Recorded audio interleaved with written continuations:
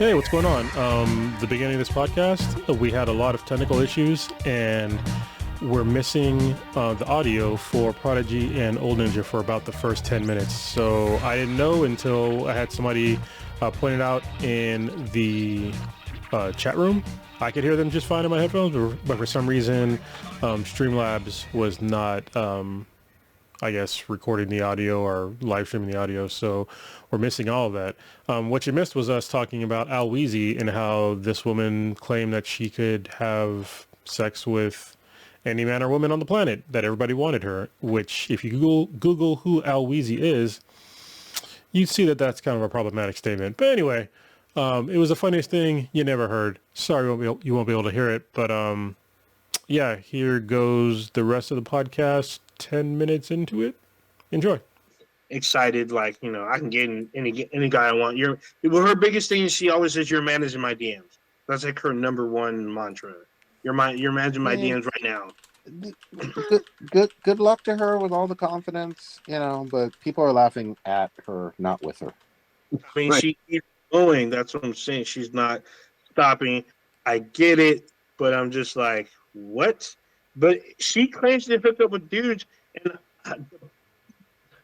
the thing is that I have to agree that there are dudes that are out there that don't give a fuck, and they will deny, but you know they fucking hooked up with that shit. They know, they hooked up with her. You know, and they have someone at home too, which is even crazier.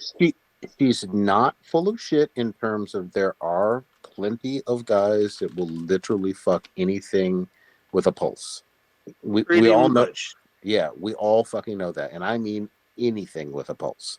But yeah, but also, and there's like fetishes, right? Like some people like feet. I mean, I'm not, you know, some people literally like fucking feet, and I'm just like, no, I'm not putting my dick on somebody's feet. But I know someone that's pretty heavy. Yeah, I know someone that's pretty heavy into feet, and I'm like, like that. Kneecaps and armpits and dead bodies and shit. So I mean, look, the necrophilia is all over. No. that was only for Halloween. No, it wasn't. It's been years since, and you still going. Remember Dead Girl? You know? Oh, it was gross. Yeah, that's crazy. That's crazy. That fucking Dead Girl movie was so disturbing, but I tell you what. You've seen it twice. Yeah. No, I've seen it more than twice. You know what? Never mind. It's all bad. How many times did you bust to it? That's the question. Oh, I'm not telling good y'all. Lord. I'm not telling y'all. Cut the mic. That's terrible. That's all fucking bad. But yeah, old girl, she I mean good luck to her, but yeah, that's wild. How have you not heard of Weezy? I don't know her. Just relentless, to say the least. I feel like that person's in a circle I don't want to be in. Yeah. So she is the circle. Yeah. I'm sorry. God damn. I mean, she's got like Donald Trump level fucking confidence. You know what I mean? Like you definitely lost the election. Confidence. Mm-hmm. Oh my God, that should be. Hey, he definitely lost the election. Say what you will though. Remember, I was never attracted to Honey fucking Boo Boo. She was never single a day in her life though. Like even on that show. Boo-boo. Or the mama. The Mama June. That's yeah. Why is it clipping me? Yeah. And Mama June got a full-on makeover, though. Yeah. Mama June went to the next step. Yeah. So. Never attracted to her, but Mama June had plenty of dick in her life. She had a fiance, didn't she? For like a hot second? Actually, you know what's really I'm not going to call it disturbing, but just an interesting fact. Every single person, male or female, on my 600-pound life was never single. Yeah, someone you saw it on Twitter. Someone pointed out that every person on my 600-pound life was married. Yep. Not just single; they're married. They had like a significant other. Well, I think once you get to like a certain size, like somebody has to help you. Like you can't you can no longer care for yourself or even feed yourself. So and that's around, when you start pushing 500 plus pounds, like. I hear you, but also some people would leave that relationship too. You know what I mean? Yeah, 100%. Some, but still, some people don't. But some people will say, some people would say that you never loved them. Then I'm like, no, you don't. No, I think I believe wholeheartedly that there's no such thing as, what do you call it? Like love. What do they call it? Like not love with no restrictions. Love at first sight? No. I'm forgetting the fucking term now. Keep talking, and then I'll remember it. Blind love, or no, it's like I gotta look it up now. Undying love. No, but still, unconditional love. Unconditional love. Oh, unconditional love. I don't believe in unconditional love. I think somebody can do something really fucked up to you, or to somebody else, and I think all love is pretty much conditional. Because you're gonna tell me if you wake up and this person cut your dick off, that you're good. Yeah, no way. There's conditions. They're just pretty. For most people, they're just pretty extreme conditions. Yep. For most people, I get it. I mean, I wanted to point out also to add to what Prodigy was saying. A lot of these people, not a lot, a good portion have kids. Oh, absolutely.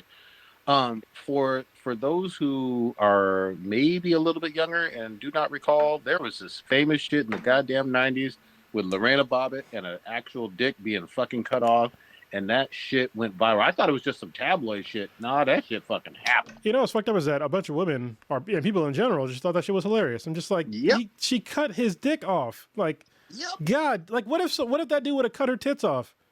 Yeah. Like, seriously, like that's some disturbing shit. Yeah. Crazy fucking disturbing. And you're right. There were people joking. There were people cheering her on or whatever. Don't get me wrong. If you're an evil guy who's abusive or threatening to kill somebody, you certainly need to have your comeuppance. But but it sounded like he just cheated on her. Yeah, I don't even know. I don't know the details. I need Netflix to make one of those Dahmer type of specials all about this, and then that's been none. In fact, the husband, I forgot his name. He did porn as soon as his dick healed. Yeah, he did porn. Wait, they reattached the dick? Yeah, they reattached. So you don't know the story? Well, quick thing. The chick cut off his dick, drove down like the street or drove down to another neighborhood, threw his dick out the window. The paramedics, they recovered his dick, put it on ice, and then reattached it like that day. So it had to heal for like, I don't know, a month or whatever. And then they like Vivid or Wicked or whatever, they offered him a fucking deal to do porn, and he did it. He got the famous porn stars, and then they interviewed the two chicks on fucking Howard Stern. He asked them what the dick was like. It was fucking hilarious. Detachable penis. Damn. That shit. You didn't know that? I didn't know that part. That whole last part. That's what added to the wildness. Like literally, it happened so fast. I believe it was like very after the Joey Buttafuoco shit. Oh yeah. This shit that went down. It was around kind of the same time, so it was just super fucking wild. Isn't it kind of crazy that they figured out how to like reattach some dude's dick and like they haven't really figured out like a decent solution for women's birth control, like at the time especially is like priorities. It's like, come on, man. Well, wait. In terms of a solution, I don't know what you mean by a solution for the birth. A lot of not solution, but like there's like a lot of side effects to like birth control. Like a lot of side effects to birth control that most dudes aren't even aware of. Okay. And we can reattach dicks. We can make dicks harder. It's just like maybe put some more funding into like birth control that doesn't fuck with your hormones that much. Maybe. Yeah. Maybe. Yeah, I don't know. I mean, I've definitely heard of that. But the other thing I'll say, though, is what's wild to me is just how many different forms there are. Like it feels like every 3 or 4 years, I hear about a new form. And they're all really kind of fucked up. Okay. Yeah, like none of them are perfect. That's why there's so many like options, because there's like it's basically like how many side effects do you want to deal with, and it's like they're significant. Like they did like a study of like taking like the normal pill, and most women that take the pill in general, like they end up marrying the wrong person because they don't pick up on the right pheromones because it's like blocking their shit of like who you should like actually be with, and it's just like okay, that might have something to do with a higher divorce rate, maybe one of the other things, which people don't care. I guess who's doing the research. Yeah, there definitely are some wild ones. There's there's IUD. Yeah, and every time you look at like the male birth control, if anything goes wrong at all, like even like the minorest shit, like they'll just cancel it. Like I've been waiting for fucking Vasogel for fucking ever, and it's still not approved in America, and it's like very like low side effects compared to like female birth control. Is it approved in like Canada and Western Europe? Yeah, in other places, yeah. It's literally just a fucking shot in your Vans deferens, like super glue, and you're good for like I think it's like 13 years. Holy shit! With one shot. Long time. And is your nut seedless from then on? For 13 years, yeah, for 13 years. And you can reverse it too. They just do another shot that just fucking unplugs it if you want to unplug it, and you're good. There you go. You got you pipe dripping over there, eh, Raji? And here fucking seedless juice. God damn. Hey, you're like, I can go back. Ain't no back. There's no going back for you. Yeah. That shit done dried up. It's so fucking bad. Fucking dead baby gravy in my fucking balls. It's all bad, man. You got a graveyard in your nutsack. I'm pretty sure there's like a necromancer in there. It's like, I'm going to have a good day now. Oh my goodness. That's awful. Hey, does the chat say good things, or are they hearing all of the banter? Yeah, they're good now. Okay, good. Yeah, we've been going. They can't fucking. Warrior fella said that Lorena Bobbitt should have done it to Trump, and I'm like, yeah. I mean, say grab him by the pussy, grab him by the dick. I mean, that's one thing. Maybe I'll let it slide. My superior morality. Yeah. So go ahead. Go ahead. No, I was gonna say, I want to go ask you to. Have you guys seen the quote unquote list? Is that the thing of like where you can't take a woman on a date anymore on a first date? Yes, it's so. I don't know. It's a list. Yeah. So it's a list. It's so fucking stupid. So it's a list from a group of ladies who make a list of places men shouldn't take them on the first date. So, just a few caveats. It doesn't say how many women made up this group. I don't know who originally. Oh, there's an at on here. I don't know who the original poster of the group is. So this list was all over social media. It was so hot that it made the local news in certain areas of America. But wait, and it's been all over the radio for like 2 weeks. Wasn't this from that one girl who was either on TikTok or Instagram? And some guy took her to the Cheesecake Factory, and she didn't get out of the fucking car. No, that's a totally separate thing. Oh, this came out after that incident. It was around the same time. Because this was months ago. Yeah, but I believe this list is a direct response to that video. So it's a list. There's 28 items on the list. I don't know if you guys have read the list or seen the list. I'm pretty sure I shared it to you guys. But yeah, rattle off. Maybe I've missed it. So I'll go from I'll do the reverse. I'll go from last to first, I guess. I'm gonna try to go off kind of quick. I'm gonna try to rattle them off. Okay, so a list of places women absolutely refuse to go on a first date to, thanks to these ladies that culminated this list. There's a thank you to the ladies. It doesn't say how many. So start at number 28. Number 28 is a sporting event. 27, Waffle House. Then a bar of just drinks. Hookah bar, nightclubs, bowling, somewhere that requires a long drive. Wait, you movie said night? Movie night, i.e. Netflix, Hulu, etc., family functions, ice cream dates, coffee dates, Starbucks, church, the gym, Denny's, IHOP, a buffet, Red Lobster, Wingstop, Buffalo Wild Wings, any fast food chain, your house, the movies, the top five. Number 5, Olive Garden. Number 4, Chipotle. Number 3, Chili's. Number 2, Applebee's. And number 1, the Cheesecake Factory. These are apparently first date no-nos, according to these women. Yeah. This is some of that shit is real wild to me, but here's the thing. I mean, you can set whatever standards you want. I believe in your autonomy. Set your own standards of what you don't want to do or what you don't find acceptable. However, you may be reducing the pool of guys that could be great, decent guys to you that just happen to want to get to know you at a bowling alley or a coffee house or ice cream parlor first. Yeah, I think that what they're asking for, first of all, what this list tells me is that people that believe in this list, they don't have a lot of actual value in a relationship.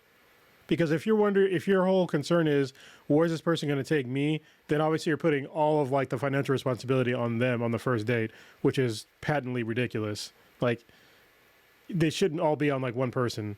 And also, yeah, like reducing the amount of people that you might be able to like date in the future is going to become really small. And the people that are going to be within that very narrow field are probably not going to be great dudes. Let's just be honest. I think it's pretty irresponsible for somebody in a first date to take it into some fancy ass fucking place. Like I'm not taking nobody to fucking Fleming's on the first date. Like, you're out of your fucking mind. You're out of your mind. I'm not gonna drop $300, $400, $500 on a meal on a first date. And if you think that I should, then you're out of your fucking mind, and we would never work to begin with. So it's like, imagine like meeting anybody for the first time and just giving them $300. Yeah. Like, what? Like, I mean, unless you're being charitable, and if that's what you're thinking is that you're basing your life on somebody else's charity, then that's also not a good place to start a relationship. So yeah, you're messing up the whole relationship dynamic from the jump. So enjoy. I guess they want to be a housewife, a quote unquote housewife that doesn't do much housework, but then a lot of shit comes along with that if you want to be a housewife. And that person never really being there for you, and that person expecting you to raise the children. That people like that are probably going to want children, multiple children. So, good luck. Yeah, the good luck is definitely one of those things. The other thing that's wild about that list, who doesn't? Okay, some people have different opinions on restaurants. I get it. You may not like Olive Garden. You may not like Cheesecake Factory. What is wrong with Cheesecake Factory, though? Like, seriously. I don't know. Go ahead. I want him to finish his thought. Yeah, I'm like, you don't like ice cream or coffee? Or, like that's just kind of a blanket category of, casual dessert or fucking, something to kind of drink late night, coffee or tea or whatever. To me, that's like the most standard of, hey, I don't know you yet. We're meeting in a public place, and it's a great place to talk. An ice cream parlor or a fucking coffee house. You know what I mean? Yeah, yeah.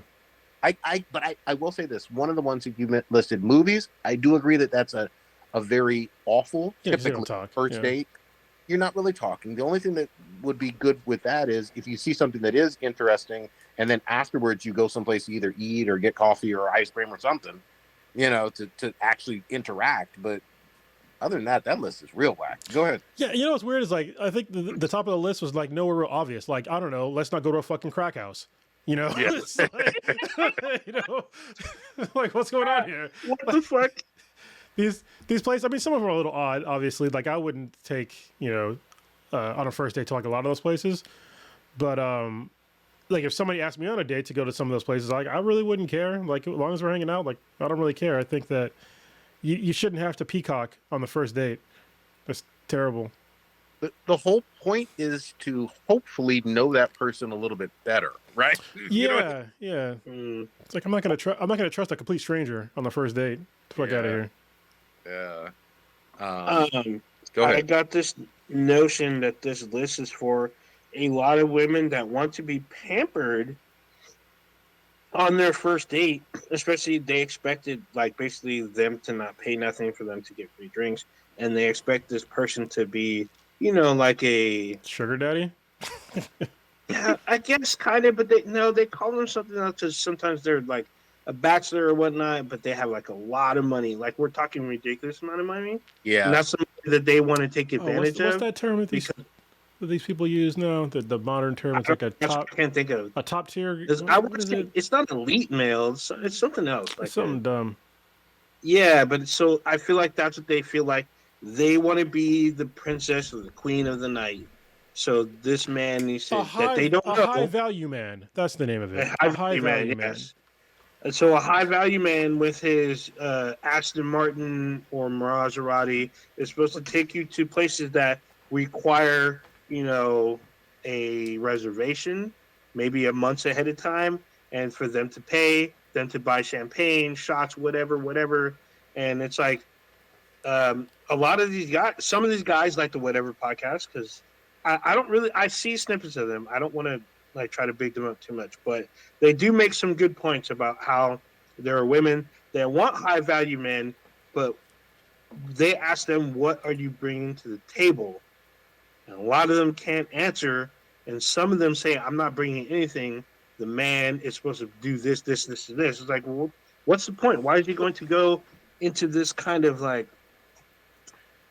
just financial, not free for all, but it's like this financial spending binge on someone he doesn't know. Because if the date goes poorly, he's out that money, and you get to eat for free, drink for free, and like move on. And Yeah. like some of these guys, they point out also that some of these women already have kids, even in their 20s. A lot of them will have. Some of them may have multiple baby daddies, and they're looking for a guy that will basically fulfill the need of paying for everything, taking care of their kids, and taking them wherever they want to go. Because I'm like, dude, the that's operative not. part, Oh, sorry, go ahead.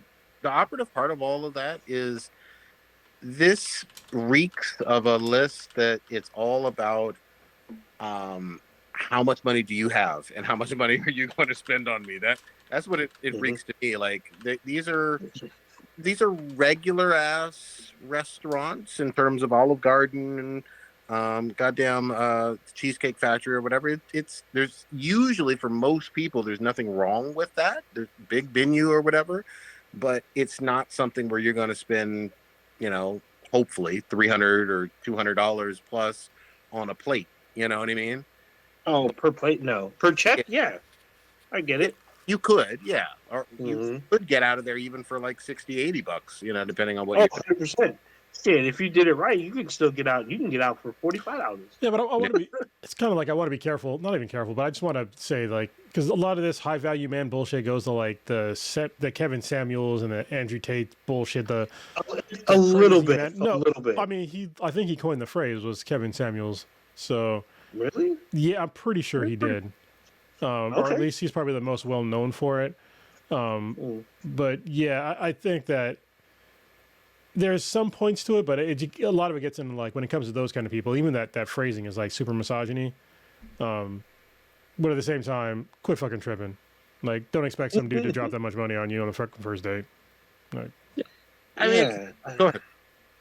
Yeah, I was gonna say, like, I would say I don't want to say that this is kind of in that realm of Andrew Tate and even Kevin Samuels. I mean, I think for those women that want that, they want their money, but they don't necessarily want them.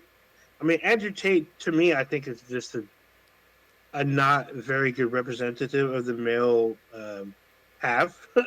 I think he's kind of a mouthpiece that is kind of in it for himself, and even though he claims to be like for men and all this shit, but he says a lot of fucking crazy shit, like legit crazy shit. I mean, I don't want to It's, bounce around this. I mean, Tate's got serious abuse allegations leveled against him. yeah. yeah, Like, no, not, but I mean, I'm pretty sure you've seen some of his stuff. You've probably seen more of his stuff than now Weezy stuff. So, yeah, 'cause I just found out about that person that you just told me about. yeah, I'm still shocked by that. But still, I mean, but the thing is, I think that in today, especially today, the dating scene, I feel like it's still that old like Corona said, the old sugar daddy mentality, but in digital form. They want this guy. They want this man that has money to take care of them. That's it. But not necessarily take care of. They just want to be able to spend his money, and not do anything. This is nothing more, and it's old as fuck. So I don't think it's a 2020, 2023 kind of thing. This is old school as sugar daddy. This is old school as rich guy being, having more options. This is old school. Some women really, really doing whatever it takes to nab a rich guy. Like that's nothing new. That's nothing that came from anybody that had a podcast 2 or 3 years ago. That's old as fuck. If you want to see a woman that completely validates this list, I don't know who her name. Also, know she goes by Sprinkle or Sprinkle or whatever the fuck her name is, but Titty she's Sprinkles. on there. Is what Titty Sprinkles? Yeah, I don't know. I thought about it was Titty Sprinkles. No, she says Sprinkle. All right, Like that's like her catchphrase. Yeah. I don't know her real name, but if you literally type in Facebook Reels, Instagram, or whatever, you literally type in Sprinkle, she will come up. She's this black woman who all she does is talk about like dating stuff and what women should be doing. I give you a quick example, which validates this list. She saw like a date listing for a guy. He was a pre-med doctor, and she immediately rejected him because she said he sounded broke and in debt. She told the lady that was looking at the ad to come back when he's out of school and act like you're the one, or be the one that got away. So that way when you come back, he picks you. I'm like, well, why wouldn't you be there when he's like down and out? Why would you come back around when he's already on top of everything? And you're talking about where he's broken in debt, but he's struggling to go to school. Why couldn't you be there when he's like just coming up? It also tells me, I mean, this is something that guys do need to be careful for, regardless of how much money you do or do not have. If she's not into you, then it ain't gonna fucking work. So if she's just looking for a free meal or free drinks or whatever the fuck, then obviously she's not all that interested in you, right? I mean, and I don't think it's wrong to point that out. If she's not into you, maybe you don't need to be around her or taking her out fucking for popcorn, shrimp, and strawberry lemonade and shit. God dang. Is that too specific? This is too Pacific. Actually, who the fuck has both of the popcorn shrimp and strawberry lemonade in the same facility? Cheesecake Factory. Yeah. Oh, okay. Shows how much I go there. I used to be there every weekend. I still don't get why. What the fuck is wrong with the Cheesecake Factory? I don't know. You have to ask them. Find these women and ask them, like, what the fuck is your malfunction? I mean, I've been on a first date in like 13 years, or more than that actually. But it's just like, it's never been like a bad place. It's not my first choice to go eat, but it's like, it's not that cheap, is it? I mean, no, it's actually not that cheap. But I mean, I understand that it is a chain restaurant, but for a lot of people, especially like couples that have kids or whatnot, Ruth Chris is a fucking Ruth Chris, fucking Fleming's, those chain restaurants. Yep. They turn them down? They are. But okay, so Ruth Chris, how many Ruth Chris are in like per city capital? There's usually like one, maybe two. Well, like Cheesecake Factory. Yeah, there's a Ruth Chris near you, right? Yeah. I would take it. Yeah. So up here, there's like only one that I know of, but out here, there's at least 4 Cheesecake Factories that I can think of, just like 20 minutes from me. Actually, maybe 6. Now that I think about it, there's like 6 cheesecakes just in this area alone. So, I mean, and they're packed. They're actually well kept. They have a nice ambiance. They actually play decent music. Some of them I know used to play live music. Not all of them do. I actually like their cheesecakes. Not all of them. There's actually probably 2 I really, really, really like. And I don't see anything wrong with Cheesecake Factory, despite that it being insane. But there are some other like one-off places that are really good. But usually those places are kind of like mom and pop shops for me. But they still have a really good reputation. Going back to that video that may or may not have started it, I don't know. She came across real ugly to me. Not in terms of, but just in terms of her attitude and entitlement and whatnot, and also trying to embarrass that guy, putting it on live without his, permission or whatever. I don't know if it was staged. I can't tell.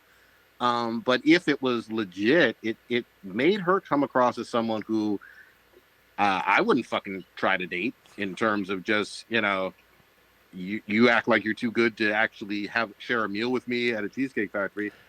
To me, he should have just been like, okay, then I guess this date is over. I don't really know you. Yeah, bye. Get the fuck out of my car. I'm leaving. Yeah, bye. So the part that got me is when he brought up the fact that once she was an hour late. Oh, wow. He had to wait in his car for her. She had kids that he had to like wait for her to put down or not put to put to sleep or wait for the babysitter. She was not ready on time. The place he originally had, they missed their reservation because she was late. Oh. And she acknowledged all of this, and he's like, well, I went to this place because, one, it's not that bad of a place. It's close to the house. We're already late. We missed our last reservation. And then she's like, oh, she said going to the Cheesecake Factory was embarrassing. She said she can't be seen at a chain restaurant. And I was like, what the fuck is your problem? Like, you disrespected the date from the jump. And then now you need to be a queen because she's like, I can't be in those places because look at this. He's like, well, look at what? She's like, look at this, all of this. I'm like, what the fuck? What the fuck does that mean? So like, I looked it up. To me, I'm going to say this. To me, she was not a 10 at all. Well, yeah, especially with that attitude. So that's like negative territory. But I'm sure. So I looked up like how many Ruth Chris are there, how many Cheesecake Factories are there. So it's actually closer than I thought. In the United States, there's 133 Ruth Chris in just the United States. And then in Cheesecake Factory, there's 327 in the United States and Canada. So it's like, it's just, they just want to pay more money. They just want to see somebody else pay more money for them on their first date. That's the sad part about some people, is that their value is based upon dollar amounts and not like, affection. If you're young, you listen to this podcast, if you're single or whatever, the things that you should be looking for in somebody is, can this person take care of me should something really fucking bad happen to me when I get older? That's way more valuable than what you would think about. And like, nobody thinks about that kind of shit, early on in the relationship, but those need to be like, how kind is this person to me? Like from the jump, you know what I mean? Like, how willing they are to like, do things for me from the jump. How like reciprocal is this relationship? Because that comes into play like later on in your life, which is when you actually fucking need somebody. Do they even fucking like your voice? Yeah. Do they want to spend more than 5 minutes around you without trying to like roll their eyes and look at their phone? Like, these are all things that you're evaluating on a first date. And let me just say this really quickly. I'm completely okay, male or female, with someone getting up from the table and being like, I don't think this is working. I'm going to call a cab or Uber, and I'm, peace out. Yeah. That's completely acceptable. You don't owe them anything. Nobody owes anybody any relationship. Nobody owes anybody any second date necessarily. Nobody owes anybody any loving or anything. You don't owe them anything, and you're not owed some fancy ass dinner either. So again, if you see any red flags for you personally, I don't care who you are, unless you look like what's your girl, Ali Wong, then you just need to take what you can get. Rosario Dawson? Yeah. You fucking dare disrespect Ali Wong. I'll give Rosario Dawson, I'll let her have 2 red flags. I don't give a fuck. She can have 2 red flags. I'll let him slide. How dare you disrespect Ali Wong with Al Weezy? You can slap yourself. How dare you let me Google her? How dare you bring her up and how dare you not? You're supposed to be the self-proclaimed king of memes. That's one of the top memes for like 2 months. You don't know shit about them. You know what I was focused? You know what I was focused on in the meme world so goddamn much? Motherfucking what's his name? WWE Vince McMahon and that crying shit. That shit gets me every The fucking crying time. Where he's shit? crying and he's like, yeah, in the documentary, he's all crying and shit. Those are fucked. Some of them are fucked up. They're like, one of them I saw was fucked up because, like, hey, Dad, what was it like back in 2035 when girls used to not have dicks or some shit like that? It's like, what the fuck? That's fucking all bad. You want to hear something fucked up the other day? Our daughter, we were talking, and she asked Kay, she said, what did she say?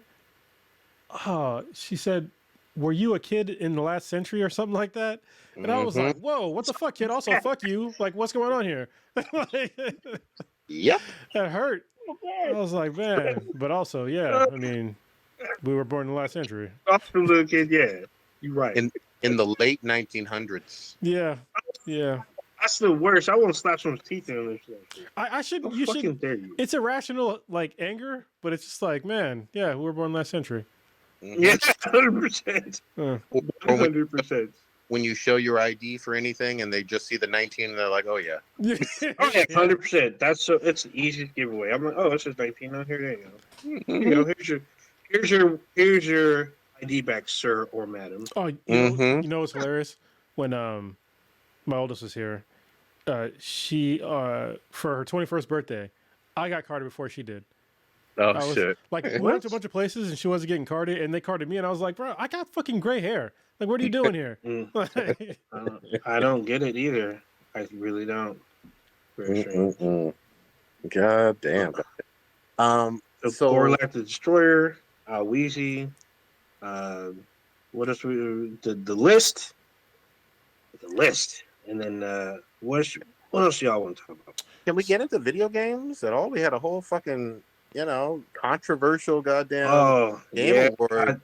I'm pretty sure this is why B-Boy's in the chat for this right here. Yeah, let's man. get it. Give him that red meat. Go ahead, old ninja. Set it up.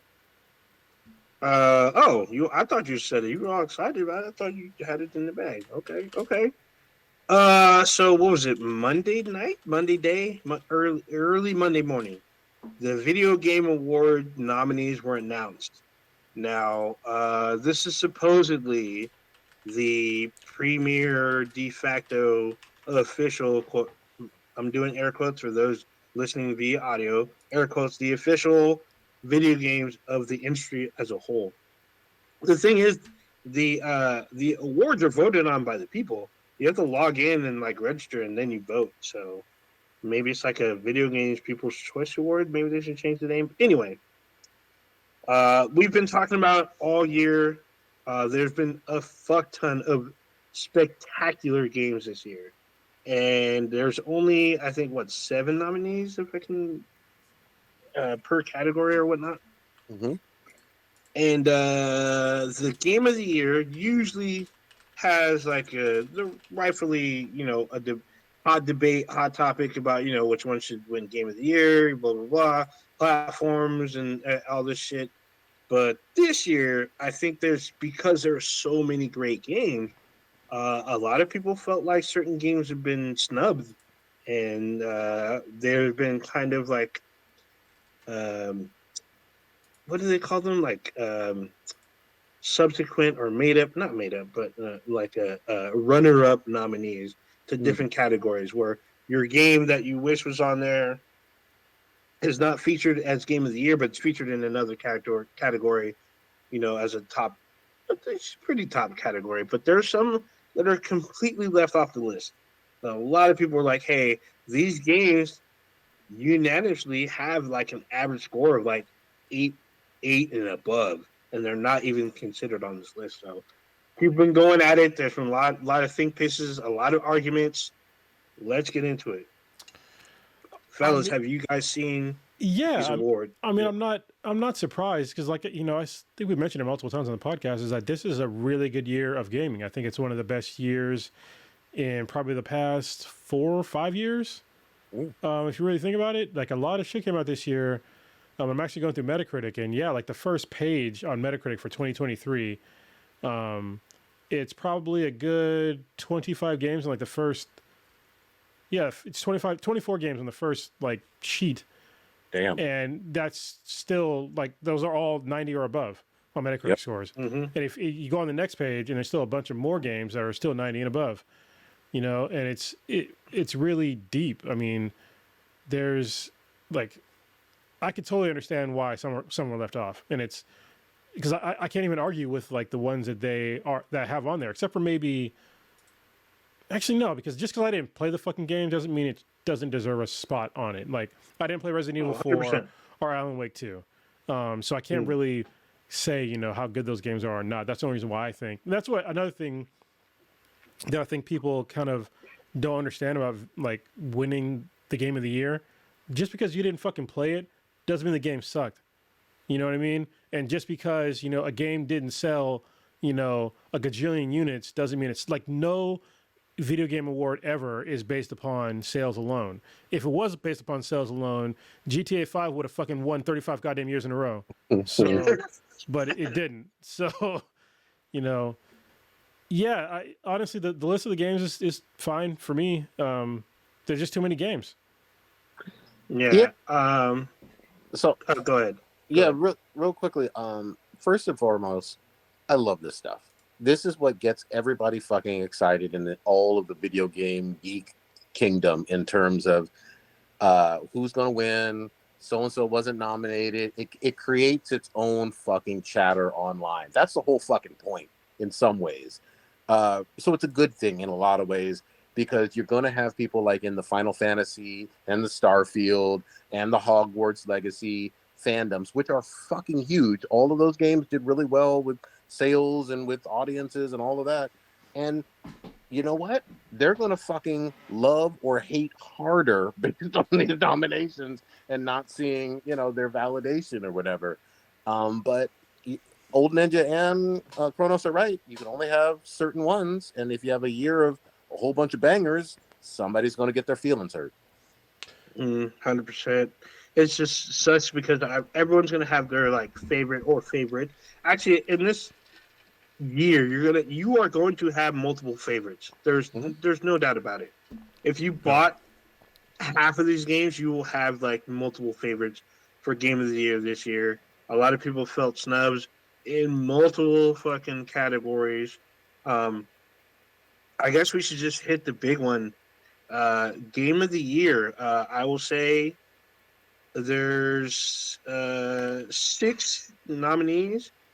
And some of them, people have the biggest argument, the fact that most of these, if not all, are all fucking sequels. One of them is a remake.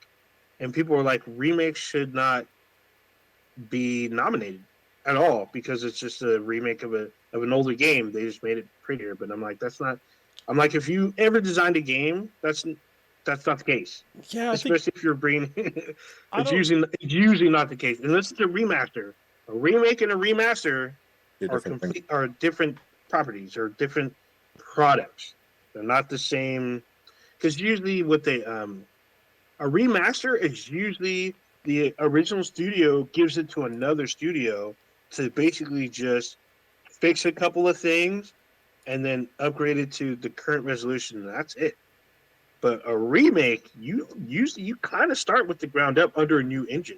You take some of your old assets, but you basically build your new game around a handful of like old assets. So apparently that's what they did for Resident Evil 4. But I've seen it with the like Mass Effect, the Legendary Edition. That was kind of that was a remaster. I'm sorry, it wasn't a remake.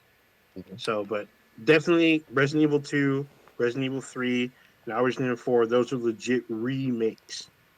So. Completely. Yeah, and I mean. I talked about this when it launched. I know that that can be controversial for being nominated. I don't actually think it's going to win for Game of the Year. I don't think it will.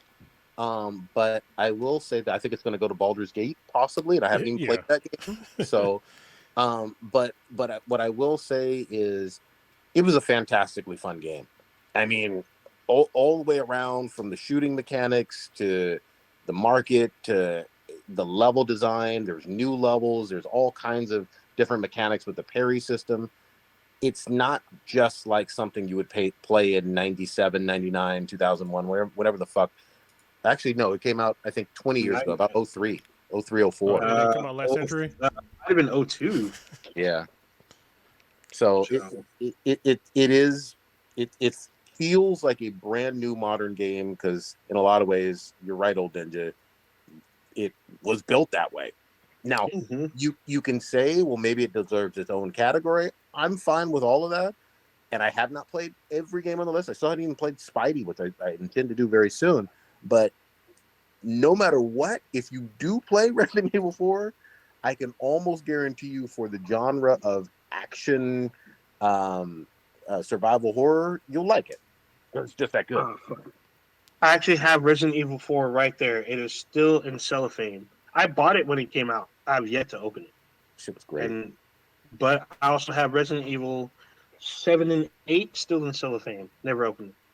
Oh, those are good too. I bought them, never played them. And so, now, can I just say real ahead. quickly? I will freely admit my own bias on there. I like Resident Evil games in general. Not all of them, but especially of late. You've heard me on here talk about Village. You've heard me on here talk about RE2 and 4 and 3.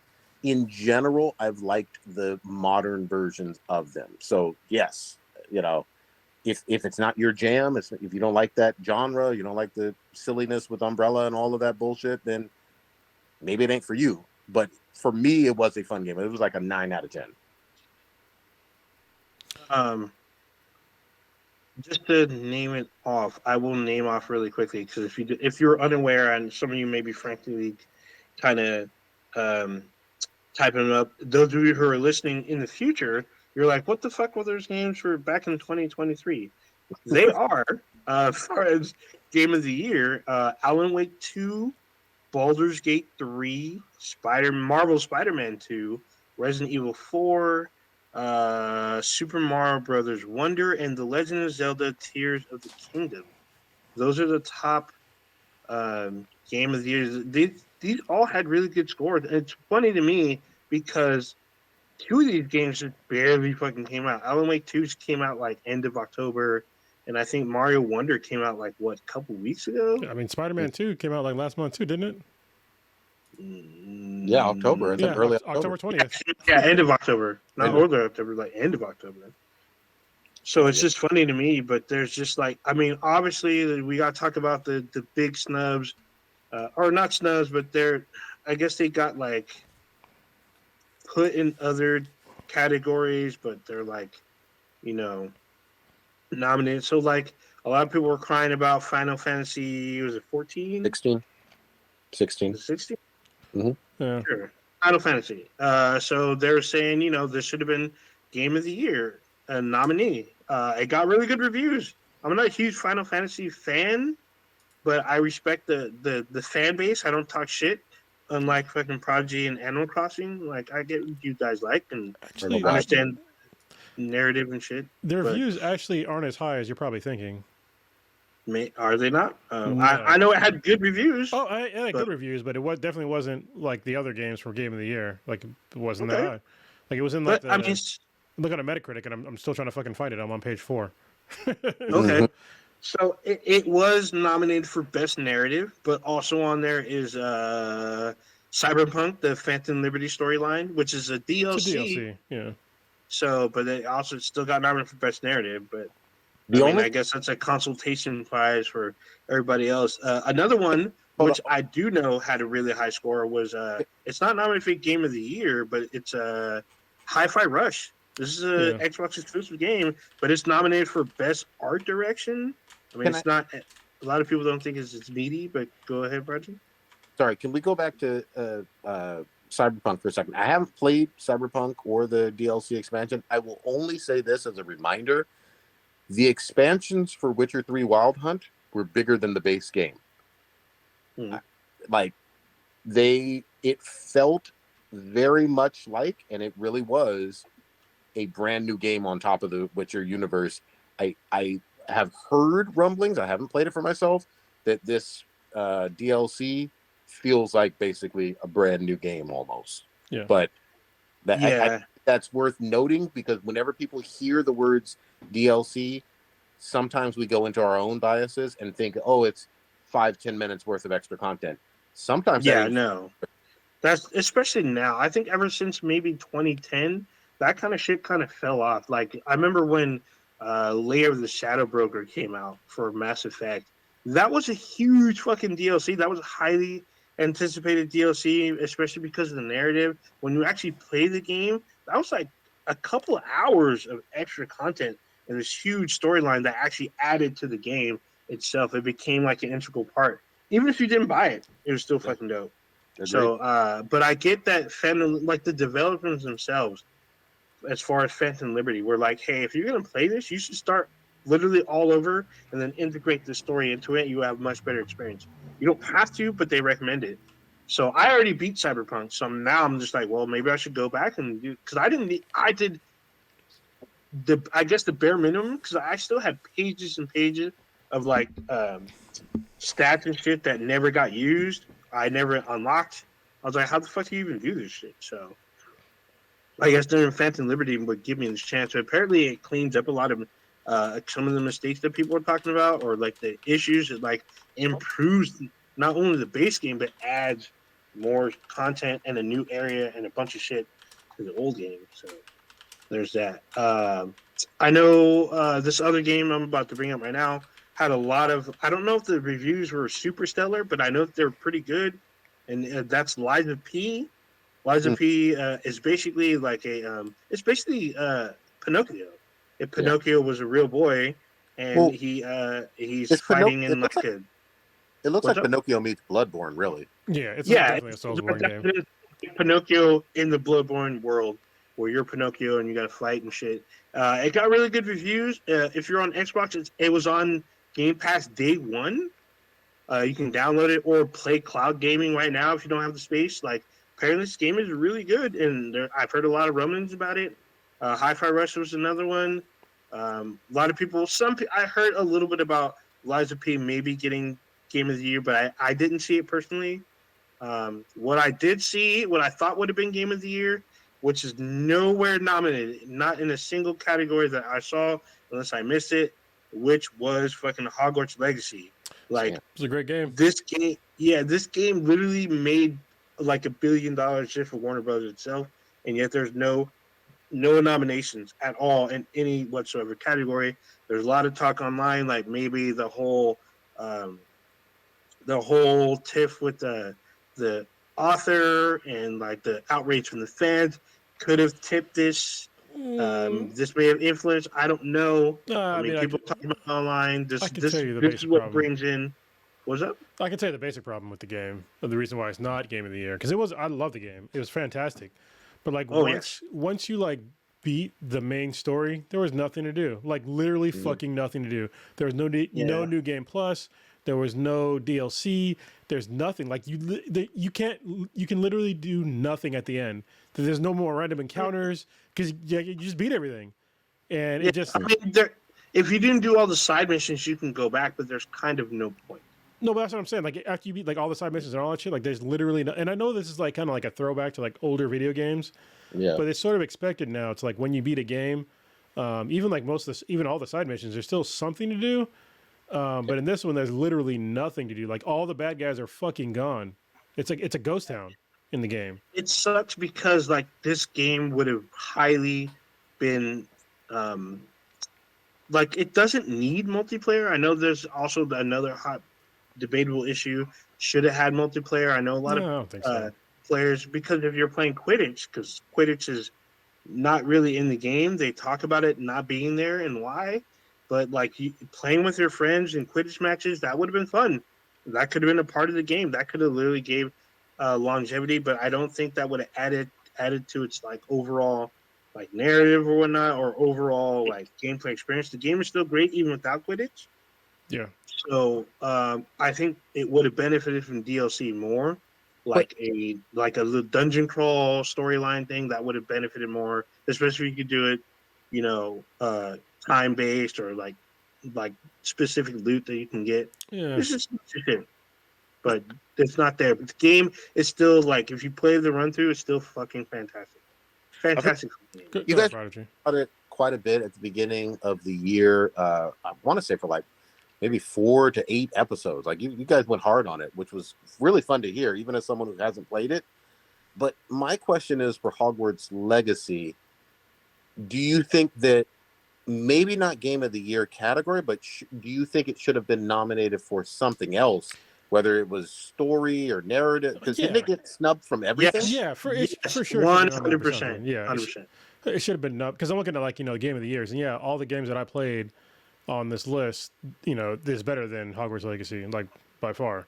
I mean, but yeah, it should have been at least RPG or adventure game or something. Yeah, something. Like even story. The story nothing. was really good too, and I don't understand why they didn't get anything. It's just I know there's some people that complain about the story, but I felt that the story was adequate. I mean, it gave me, because I'm not a huge Potterhead. I own the books, but I've never even read them. But I enjoyed the movies.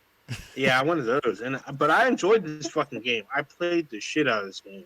I play until the wee hours in the morning, and I started a whole new fucking character, whole different class and shit. I know it was missing a morality system, but that's not. It doesn't break the game. The game still works. It is a little weird that you can do some heinous shit and not really get repercussions for it.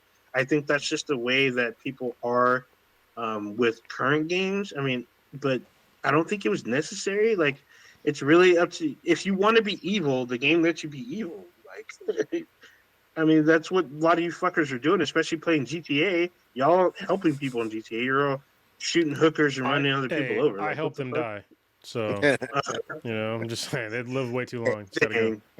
You can go too, I mean, in my opinion, you can sometimes go too far with that morality stuff as well. Because I tell you what, my first run at Red Dead Redemption 2 was fucking hard as shit when I was trying to go full black hat evil. Like, everywhere you would go, they would throw dynamites. Like, you know what I mean? Yeah. It get progressively worse. Yeah, it was bad. Like, they punished the fuck out of you for that. Playing White Hat, it was like this enjoyable experience. So they did that on purpose. I mean, that's like real life, though. You can't be an asshole and expect things to go okay. Yeah, exactly. Exactly. My Hulk anime titty girl from goddamn Saints Row, she didn't have no problems. No, she didn't.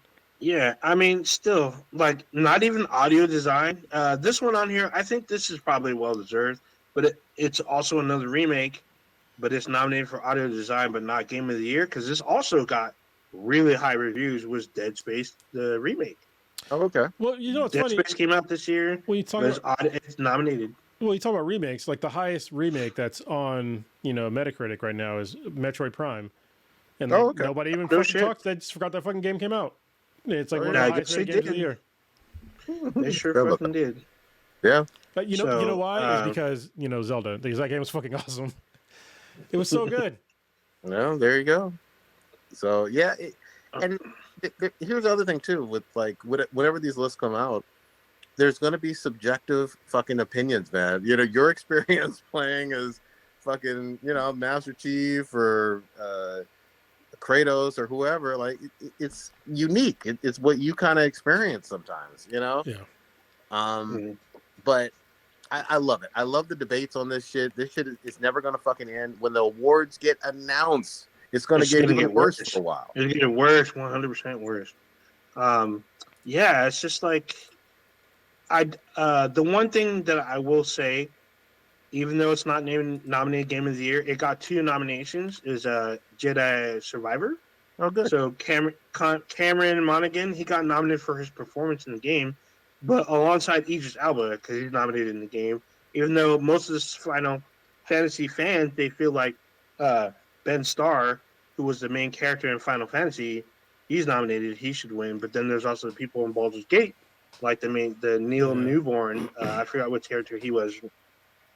They say he should win, but then the newcomer to Alan Wake 2, because in Alan Wake 2 you play 2 characters, the police officer, played by Melanie Loubard, she's nominated for Best Performance as well. So it's like, that's another not so hotly debated, but still kind of definitely a good warmth to the debate there. There's people complaining about, Spider-Man because there's no new game plus, at least not at this time, because when you beat the game also, there's nothing at the moment.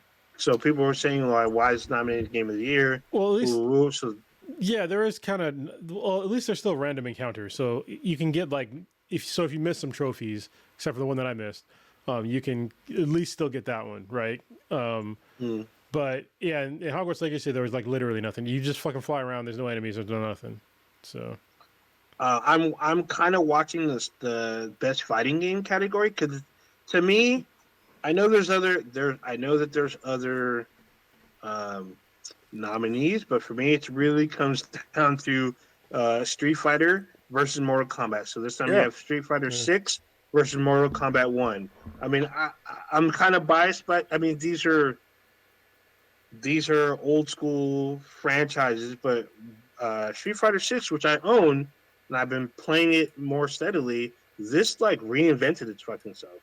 Like this is a whole different fucking experience. Also, another high-rated game. The other games that are nominated, this game I've never even heard of, Pocket Bravery.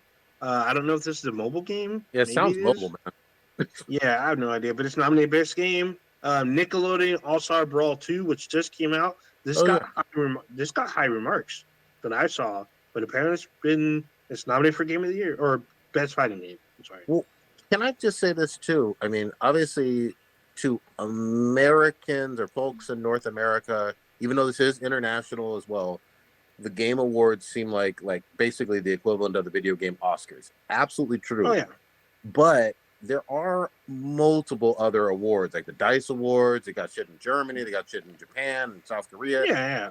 So there's going to be this is award season for video games. You're going to see so what I'm really trying to say this is awards. Hold on, this is award season in general. Yeah, absolutely.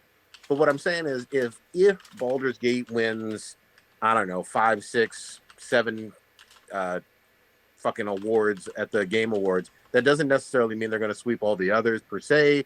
You may see Final Fantasy, you may see Hogwarts get nominations elsewhere. Yeah, you could 100%. But until then, this is the one, because this is coming up quick. This will be televised live December 7th, which isn't that far away. So I've never heard. There's a game here I didn't mention for Best Fighting Game. It's called God of Rock. I've never heard of this game. What the fuck that is? I don't know, but it's nominated for get Best Fighting Game. I mean, I'm not going to hate on it. I mean, if it's good, it's good, you know. But to me, this category will definitely be Street Fighter 6 versus MK1 for me. Everything else is going to kind of fall by the wayside. I mean, I'm playing fucking Street Fighter 6, and the new chick, Kimberly, she's like Black Gen, like street black, like urban Black Gen. She has multiple different fighting styles, and I didn't realize that until I was practicing with her. I'm like, what the fuck is happening? She can do all kinds of fucking moves, and her playset changes based on a button. You literally change her form by a single button. It's fucking crazy, but it is what it is. Let me mention a couple other categories on the Game Awards which don't get enough love to me, because I know we're not really into these as much, but the category of best ongoing live service or whatever. Oh, yeah, that one's also kind of crucial because there are certain games, obviously like Destiny 2 and League of Legends and Apex and quite a few, Fortnite, all those others, Rainbow Six Siege, that they came out, I don't know, 10, 15 years ago, sometimes 5 years ago, whatever the fuck it is, but they're still feeling fucking new based on their DLC, based on their updates, based on their new content, based on their new maps and shit. And those communities go fucking hard as shit. And it's cool to kind of have them duke it out in terms of which one is going to get the crown on that. You know? You know, people are saying... Sorry, go ahead. I was going to say, some of these are kind of strange because I don't know if it's the community, because it's split. There's best ongoing and then best community. And one of the best ongoing is fucking Cyberpunk. Like, what the fuck? Well, I mean, they drastically improved the game. So it's just weird. I guess ongoing because of their support, maybe. I'm not 100%, but I understand Apex. Best community support, 100%. You still got No Man's Sky. I think this is the third year. Yeah, I mean, No Man's Sky's been same thing. I mean, but I mean, every expedition, every major update adds something major to the fucking game. The last update is fucking huge. It's like a literal like Robot Uprising that they added to the fucking game. I haven't even played it. And they had like a precursor community event that led up to this fucking update, which is fucking even crazier. So why in the entire fuck? And correct me if I'm wrong. Fact check me. But I don't think I've seen Red Dead Redemption 2 online on that shit. Or do they not have great updates for that? Do they not go really hard on that? It doesn't seem like it's the same level of like GTA 5. So that's because GTA 5 is not on here. Because I remember that Destiny's on here. Well, I think less people are playing it because I remember back when GTA 5 online first came out, it was fucking trash. Yep. Because I couldn't play it at all. And then the same thing sort of happened with Red Dead Redemption 2. And then people were just like, I think people just kind of dropped off and they were just like, no. But I heard it was they fixed it just like they did with GTA 5. But I don't know. I think I don't have too much of an appetite for like broken games coming out. And people are just so normalized to it. I remember I was seeing like somebody comment about Spider-Man 2 being a great game. And one of the things was that, every game that comes out now has some bugs. I'm like, there's some bugs that I hit in Spider-Man 2 that were game breaking. Like you can't just brush it under the rug. You know how many game breaking bugs that I hit with Legend of Zelda, Tears of the Kingdom? Fucking zero, like literally zero. And I played the game for hundreds of hours. Yep. So I'm tired of this bullshit excuse of all games that come out now they're going to be broken and buggy. No, like if you take the time to properly develop your game, then you can minimize your bugs. But if you're going to rush your games, then you're going to hit more bugs and you put out some broken shit. So I'm tired of that excuse now that you're not going to get away with that shit anymore. And also, while I'm on my soapbox, Call of Duty, I complain about it every fucking year. The install file gets bigger and bigger and bigger, and it's fucking bullshit. And it's all because their coding, they don't know how to actually go through and like remove shit out of their coding. They just keep building upon the same code, and they're not like moving anything out. Like, take out the old shit. Stop. There's no way that Call of Duty has a bigger install file than fucking, I don't know, Starfield or like there's plenty other. Actually, Starfield's kind of a terrible example. What's a really good God of War, Ragnarok? Like, come on, that game is fidelity way higher than Call of Duty. The game isn't like the biggest game, but it looks way better. All the assets are fucking polished. And guess how many bugs I hit in God of War, both of them. Like, I can't even think of one. Yeah. So, well, let's call it what it is with Activision and Call of Duty. You're 100% right, Kronos. They do need to reduce that shit. This is intentional. They do this shit on purpose. For whatever reason, they have some twisted corporate evilness where they think, hey, if you have Spider-Man loaded and Call of Duty loaded, that's taking up real estate on your PS5 or whatever. Like, they don't want you to have enough space on there for other games for some reason. That's the only thing I can think of with their evil, twisted corporate minds. I feel like they're like one of those like really remember that fucked up girlflix meme? Mm-hmm. That's like that. Like they need to take up all your goddamn time and space. Like, stop it. Yeah. Like, make the install file smaller. Like, get the fuck out of here. What's funny about Call of Duty is, like, the campaign itself is not that big. It's all the other shit that they add because there's the store, which has got to be constantly updated, even though that should be on the back end, but you got to load part of it onto your machine. There's all the fucking DLC that they keep adding because they add events. They preload events into your machine before you know what it is.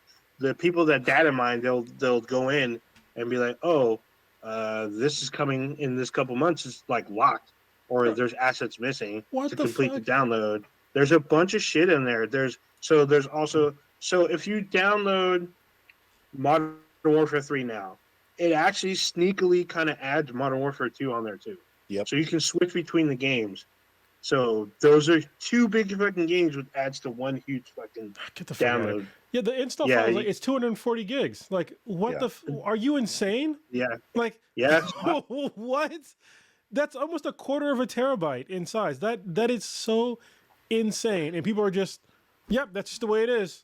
Like, they'll buy a new drive, delete shit, uninstall shit just for Call of Duty. And I'm kind of right there with it. Yeah, they literally want you to be that way, and they're not the only one. I mean, not to call everybody else out, but Destiny shit was pretty fucking big too. Once you added on all them DLCs. So I will give them a little bit of credit. They try to take what they do.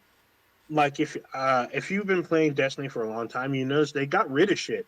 They got rid of gigabytes of literally whole planets and their assets are gone, whole systems gone. They got rid of it to make space for their new shit, even though a lot of people still complain about their new shit. Like the Witch Queen needed room, so they got rid of Titan, they got rid of Mercury, Venus, and Io. That's 4 fucking systems. All gone. All gone. So no sign of them coming back. And when they do bring them back, they're literally a fraction of what they used to be. So it's just insane to me how large that shit is.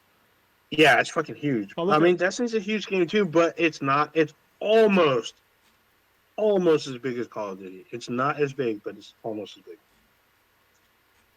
Oh, look it up. Like Mass Effect Legendary Edition is 110 gigs, but that's 3 fucking games.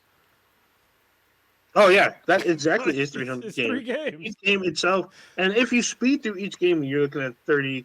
Oh no, you can beat it in 29 to 25 hours if you speed through it. Starfield was pretty big too. I forgot, but I have big. I have nothing on my Xbox Series X, so that's probably why I haven't noticed. So yeah, I mean, you could have cloud gamed it, but that would have been a little weird. We don't do that here. Nope. I'm not judging. I'm just saying you could. The option is there for you. Actually, no, it's funny. I was gonna buy the PlayStation Portal. I still might. It actually has some ups and downs. What's up? Okay. I said it's getting good reviews. It is, and it was kind of surprising. I saw some because it's obviously a novel thing, but I have a use case for it, and especially where I'm going to move to, because I don't always want to be in my office because all my shit is in my office, right? And right now it's in a shed where I'm doing the podcast.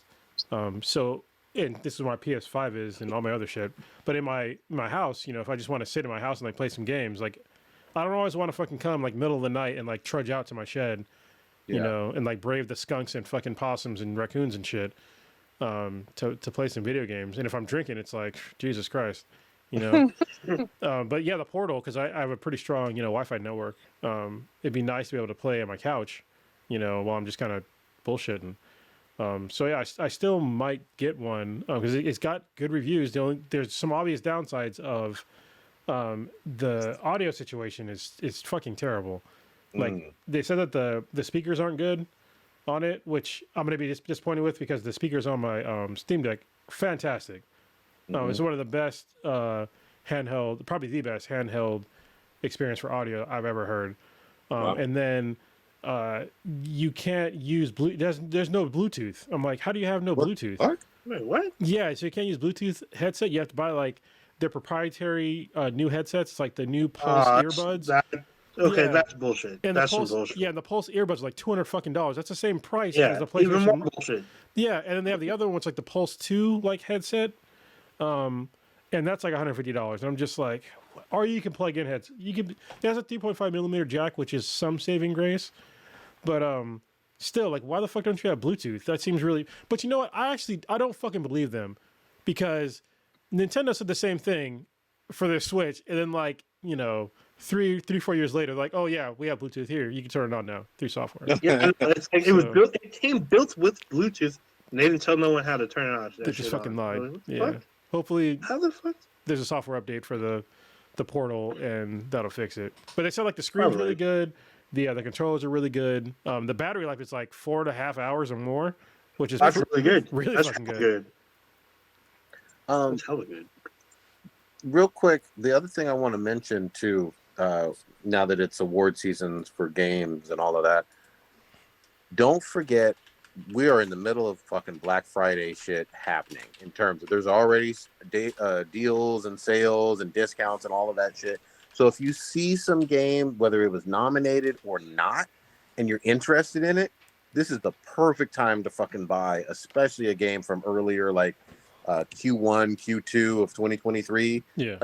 I saw Dead Space that we were talking about earlier. I think it was $30 or less, $25, something like that. you could find some incredible fucking deals this time of year. So play them. Or what you could do, the original point of Black Friday is you find a black person and you give them money. So if you ever see them on the street, just give me some money. All right. Every day for me is some black day. So it's all bad. I wanted to point out, because Cronus has brought it up a few times, but I haven't linked it out, that Starfield was actually nominated for Best RPG. There's a lot of people bitching that it should have been nominated for Game of the Year. No, I have to disagree.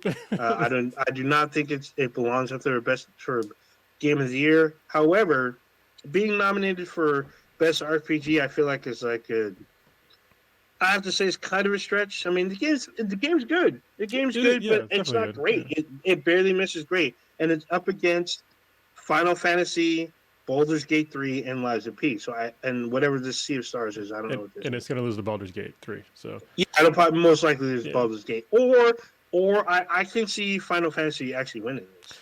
Just barely. This is what I don't. So people want to argue about Starfield should be up there with Game of the Year. Mm-hmm. The game did not have a fucking map when you first got it. There's no fucking map in the game. So that's a basic video game feature, is having a map. It's incredible to me that was left off. And also, like, all the load screens and shit, like, that's just...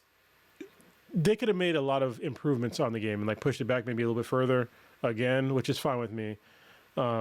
But yeah, there was like a lot of shit that was just like, it's annoying. Like going from like a Spider-Man 2, obviously this came after Spider-Man. Yeah, like God of War, there's like literally there's no load screens, to like this. It's just like, dude, everything was a fucking load screen. So I feel like I'm the only one that played Jedi Survivor in the fucking cast, but Jedi Survivor has, it has like the same, it has like God of War, it has the same fucking God of War approach.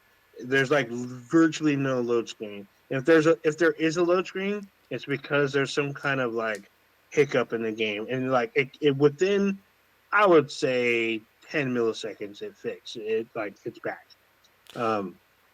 There's like, it's all hidden shit, just like in God of War when you're going to a new realm. It's like you're in an elevator or crossing through the fucking boat or whatever. They like hide the load screen or loading the area with those animations and banter. The same thing with Jedi Survivor. They do the same thing, and I'm like, that's fucking great engineering.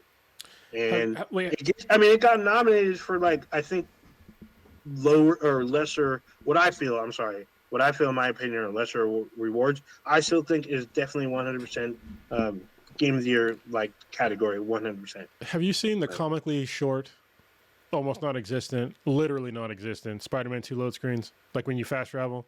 Mm-hmm. I don't have the game. That shit is so... I don't even know how the fuck they did it. It's magical. Like you go to fast travel somewhere and all of a sudden he's just swinging. And I'm just like, how did this happen? Like he's just swinging and I was just somewhere else.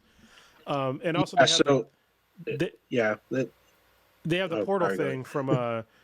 what do you call it? Ratchet and Clank. Like there's a part in the game where like literally you're portaling through like the city and to like other places on the planet, and it's seamless. There's no fucking load screens. There's not a single frame loss. It's incredible. There you go. But yeah, so I forgot, you can fast travel in fucking Jedi Survivor, and it's like that too. So you get like a brief breath. Like I'm trying to read fucking shit, and then boom, I'm like on the ground again. I'm like, oh fuck, I missed what this whole fucking thing said, and I'm back to fucking blasting or lightsaber and blasting people in the face. There is like, I think one kind of hiccup, like you can kind of fast travel. There's like a little trick you can kind of fast travel between planets, even though you're not supposed to. That gives you like a load screen, but it lasts like maybe 4 seconds. But. You know what they're gonna have to do is just put the because obviously we're used to having the hints to games in load screens. They're gonna have to just put it in the fucking pause screen. So you know what game does that I noticed like recently was I know you played it, but Gotham Knights does that. Oh, like you can't move forward unless you press OK. I'm sitting there waiting and like, why is this loading? Pauses. Realizing that it says continue at the bottom of the screen, like, and it's been sitting there for however long I've been sitting there. Like it literally pops up within like the next breath. And sits there, and it gives you all these hints and shit. I'm like, damn, it's a long load screen. I'm like, what the fuck? This loaded like minutes ago. See, I've just been sitting here. Ninja went to the load screen. He's like, all right, going to Weezy porn. Oh shit, I had to press X. All right. Oh no, that's prodigy. He about to go hard in the paint just so he did some Travolta shit. Don't you put that on me. Yeah, you about to go hard in that paint. Old Ninja, tell the audience about I need to hear it too, goddammit.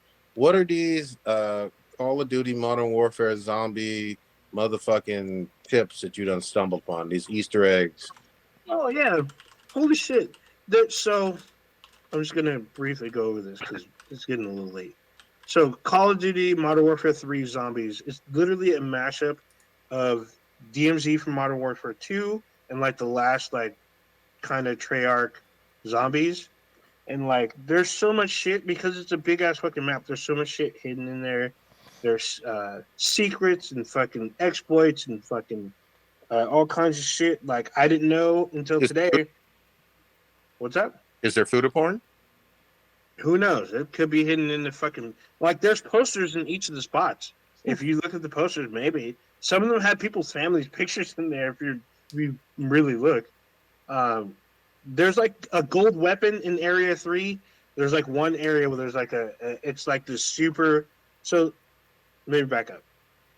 The zombie area is in 3 stages or 3 zones. There's the easy zones where everybody spawns. It's like the outside of the string. And there's like a medium zone, which is the inner ring. And the hard fucking super hard level, like mega boss shit, that's in the inner ring. It's a smaller area. It's way more dangerous. You need to kind of pack a punch, go into the next area, then pack a punch again, then go into the next area. You can't pack a punch. You can only pack a punch a certain amount of times per area. You can pack a punch 3 times. And you want to go into each area with your high-end level weapon. But I found out there's like a zombie eating bike.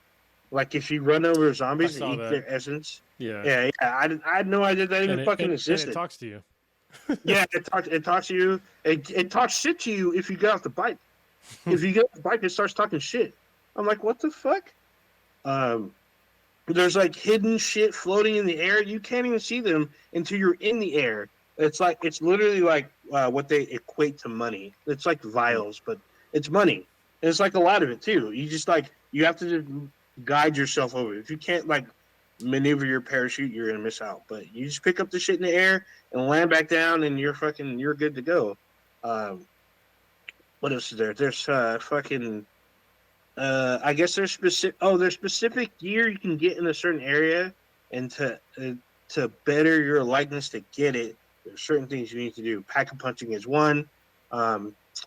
Drinking certain sodas, like one of the sodas gives you a juggernaut. You can be a juggernaut, just drink a soda, and then all of a sudden you're a juggernaut. It doesn't last very long, but you can bring in sodas. So you can start with sodas, or you can buy sodas in the map. So I'm like, what the fuck? There's just a bunch of shit that I had no idea that you can even fucking do. What's the best way you found to get money? Because you need money to pack a punch. So there's two ways that I found out that you can make a good amount of money. One of them is like this, the exfil glitch. Basically, if you call in your exfil helicopter, you get hoarded on as you're waiting. What you do, you just sit there with your homies, put up like a couple turret guns, and just kill all the zombies. For every zombie you hit or kill, you get a certain amount of money. I guess headshots give you more. And you just sit there and you literally farm it. You have 41 minutes per round to do a fucking thing. You just literally sit there and camp out. And you don't have to do contracts or whatever. Just get that and collect the money, then exfil, and then come back. You'll come back with the percentage of the money you earn, which is probably still more than if you did contracts and shit. You just come in and you can automatically just start buying shit and go to level 3 and try to hash it out. Don't get it twisted. Level 3 is not fucking something you can just go in and just, I'm like super packed and punch and I can just fuck up everything. No. You will get hoarded on, and then you'll get bent over by this like super tentacle monster, and then they'll use every orifice of you. Just because you still have like the most powerful shit. You just stay with your team. You need to follow directions and work together on taking out like heavy armored fucking enemies. Even level 2, if you haven't pack a punch and your gear is weak in terms of you don't have a whole lot of plates and whatnot, you can get fucked up in level 2. No, 100%. You'll get fucked up level 2. So the reason why you get fucked up in level 2 is not because you're I don't know, not killing enough. It's because you will run out of ammo just trying to kill 2 enemies. It will take you a lot of fucking ammo to drop 2 enemies, even with headshots. Because some of them a lot of them armored. You have to shoot the armor off of them, and then shoot them in the face, and they won't go down. They'll just lose parts of their face, and you got to keep shooting, then they go down. And then by the time you're reloaded, you're surrounded by 10. Yep. So if your weapon's not ready, you're going to end up dying. You're going to have to run into the next area and come back. There's also this little orb that like flies around like randomly. Shooting it like zips around. Every time you shoot it, it drops fucking loot. That was in Cold War. Yeah. They said that's in Cold War as well. There's like I never really fucked with that in Cold War. You know what I did? I love zombie mode. I ran in fucking zombie mode and in Cold War. But this one, there's so much shit to do. Even though it gives you like 40 minutes, it's still not enough time to do what you need to do. It's pretty fucked up. It's really great when you have a large team and everyone like has mics and everyone works together. When they don't, you will probably get fucked up. You'll probably exfil out, but you're not gonna get like any good loot. Pretty much, you'll probably just feel like you wasted your time because everyone's fucking around. I'm just gonna make this comment, especially if you're playing on a PS5. It comes with a mic. The controller is a mic. If you're trying to play a fucking cooperative game, and I catch you as a rando and you ain't got no motherfucking mic, I'm gonna let you die. Fuck you. Well, I think there's two things that I want to say about that with like the no mic people, and yeah, they are fucking annoying. One is that the person that's playing might be a girl, and that's one of the reasons why they won't talk on mic, because y'all know some people they hear a girl and they just they go crazy with shit, or it's like a little kid or something like that. You know what I mean? Where they just don't want to talk. But also, you know, if you don't want to talk, and you're playing a multiplayer game where you need teamwork, then I don't know, like maybe I know it's hard to find friends sometimes, but find some real life friends to play with them. Yeah, you could get on multiplayer and have no mic on, and see, that's acceptable because you can kind of try to act like you're a lone wolf and still win. Exactly, that's totally fine. But in zombie mode, if you don't work together, or at least say, "Hey, we're going to this objective," you know, we're gonna jump from here, we're gonna get this bounty. Like, it's all bad, man. You could waste your time. I mean, if you don't want to talk. You can literally text. You can text. True. I mean, I know you can hook up a USB keyboard. If you don't want to do that, you can be quick with your nobody's gonna controller. Nobody's gonna text. Nobody does it, but they sell the little fucking thumb key shit. I mean, the easiest option is a fucking mic. They got bronchitis, bro. Yeah, you should have a fucking mic, especially if you're in a co-op mode. For the ladies out there, Kronos is 100% right, because Prodigy and we game with some of the ladies. They literally have legit said exactly what he has said. It's embarrassing. They do not talk on the mic because there's too many thirsty dudes, misogynistic dudes, or just weirdos, or one person's all three. So it's just I get it, and I totally get it. Usually when we play, I mean, you just have to like try to, I guess, feel them out. If they turn creepy, you just have to either mute them or something. You know, but the cool thing is that in the game, everybody's technically on the same team. Well, the only thing is, but still, I get it. You know what they need to do? This is what they need to do, and it's just sad, but they need to integrate a voice modulator or a voice changer on consoles and PCs I'm serious. That would like probably get rid of like a vast majority of this problem. People would be more comfortable with talking, but it's sad because you have to sound like a dude to not get more shit. Harassed. To get more. You have less harassment, but you probably still get harassed. But yeah. Look, I get all of that. I'm not discrediting all of that. All I'm trying to say for this particular mode, just like trying to do a raid or whatever, if we can't communicate quickly and effectively, it's going to be bad. You know? Yeah, I agree. Yeah, usually what I'll do is like if I get into a lobby and with randos and nobody's talking, if they can at least kind of semi communicate by pinging, using their character to like point out shit, I will stay. But if shit gets fucking bad and they start running off in opposite directions, I will exfil. Fuck you, I'm Well, out. you know what's also like even more. What's more annoying than that though is motherfuckers that have their mics on the whole time, but they don't Don't communicate. talk. But then you But hear you all can this hear in the the kid in the background. Yeah, background, God, their I mom hate that yelling. shit. It's like just mute your shit. You start hearing a fucking reggaeton really, really loud. Yeah. Yeah.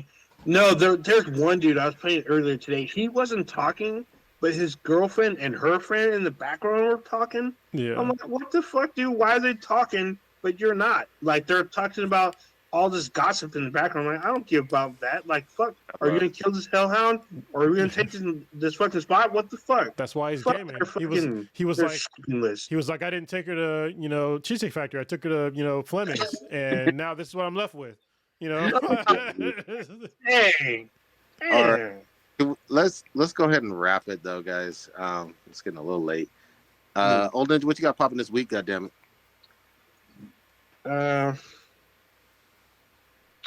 So I have to go to a funeral on Friday morning. Another one? God damn, man. Yeah. Someone I was friends with, he had some trouble in his life, and he didn't make it. So his homegoing will be Friday morning here in the Bay. I'm gonna go pay my respects and see his family, who I've only met a handful of times. Whoever's gonna be in town, because there's a lot of people scattered throughout the states that may or may not show up. So we'll see what happens. But I'm going to pay my respects because we had, we were hanging out for a while, and I helped raise his daughter. So I'm gonna be part of that. And then on Saturday, I'm going to a crab feed. So it's like an all-you-can-eat crab feed for like it's like a fundraiser type thing. So I'm gonna prep for that next couple days. I'm preparing to probably eat my weight in crab. So I'm gonna try to fast and lose weight within 2 days a little bit, and then try to gain it all back in 1 day. So yeah, I'm gonna have some, and then maybe I'm definitely getting some zombies in because I got Modern Warfare 3, so I'm gonna try to do that maybe Saturday night. Hopefully we can Twitch it out for everybody so you can see how hilariously crazy and possibly drunk some of the folks will be, and just the wildness it's going to be. It should be great fucking times. And then as we get closer to the holidays, it should be pretty interesting. But yeah, that's it for me. Oh, Kronos, what you got? I miss alcohol. I'm sober right now. So until Thanksgiving, then I'm back on the wagon on Thanksgiving. Then I'll probably take some more time off. But yeah, I'm still packing. The Infinity Base will be moved in about 2 weeks. On the 25th is when we actually are moving the house. So in 2 weeks I'll be in a different location. Hopefully it'll be a little bit cooler. I'll try and actually put some effort into the Infinity Base again and make it look nice. You mean cooler as aesthetically cooler? Yeah, aesthetically cooler. My bad. Yeah, so a lot of packing, all that stuff. I'm doing a lot of finally trying to get my VA benefits, which is nice, even though it's 20 years later since I've been out. But better late than never. Yeah, better late than never. So yeah, hoping for a high rating, but it's just it's a lot to go through. I'm looking forward to seeing Prodigy on Thanksgiving, which is fun next week. Shit. Yeah, next Thursday. Yeah. So yeah, I think that's all I got. Yeah. Good shit. Right. You know me. I'm still shout out all the Drolta cosplayers and Halloween folks that dressed up. There's that sexy ass succubus all over the interwebs. I appreciate folks. Some folks for tagging me, on Twitter and whatnot. That was great. I loved it. I'm working my way through. I still love this crazy ass House of Usher, man. This shit is wild. I'm almost at the end of it. And other than that, we'll talk about it next week. But man, Jujutsu Kaisen got really fucking good. Yeah. And I'm going to definitely be playing a whole lot of fucking zombies. I cannot wait to get real deep up in there and even play some of the multiplayer. I'm just in that fucking kind of mood. But Thanksgiving should be fun. We should have a whole lot of people over here. And it's going to be wild and cooking and just fucking fun, we'll get into some shit. Take us out, old ninja. Wait, Carlos, you have something you want to add really quick? Yeah, sorry, there was something I wanted to add at the end there. I will hopefully be in the high desert area for Jamboree, which is it's our first event for Rescue Residents. So we're gonna have like all sorts of things to do. We're gonna show like various stages of van conversions from ambulances. We're gonna do like there's gonna be a bunch of games and stuff. So I'll have more information probably next week. But it's on December 8th, I believe, the weekend of the 8th. So it's gonna be a 3-day like festival, we'll have music and all that stuff. So yeah, I'll definitely get my stuff together and give like an actual promo for it next week. But yeah, if you want to meet us or at least meet me, if you guys want to come, you're more than welcome to come out there and support helping us end homelessness for veterans. Good shit. Worthy cause. Excellent cause. So, I'll talk about it out there. But yeah, user experience, Black and Black Times Infinity, the dankest podcast on the internet. Check us out anywhere and everywhere with B's and BTIs, BCHAN, BTI, anywhere you consume your podcast. We go live every Wednesday, 8:30-ish Pacific time. Yeah, I said ish. That ish. We go live on YouTube, and now we're simulcasting on Twitch now, I guess. We are. Wednesday nights, so come check us out over there. Also on Twitch, we have some gaming. Hopefully you'll see some of that shit later on this weekend. You can listen to SoundCloud, iHeartRadio, fucking Apple Podcasts, anywhere where you got it. We have a Discord. Let us know if you want to join our Discord. Email us at bdmbti@gmail.com. What am I missing? Oh, Amazon actually has an app that we have. You can download it and watch us on there. Watch live. I think that's everything. Zombies. Peace.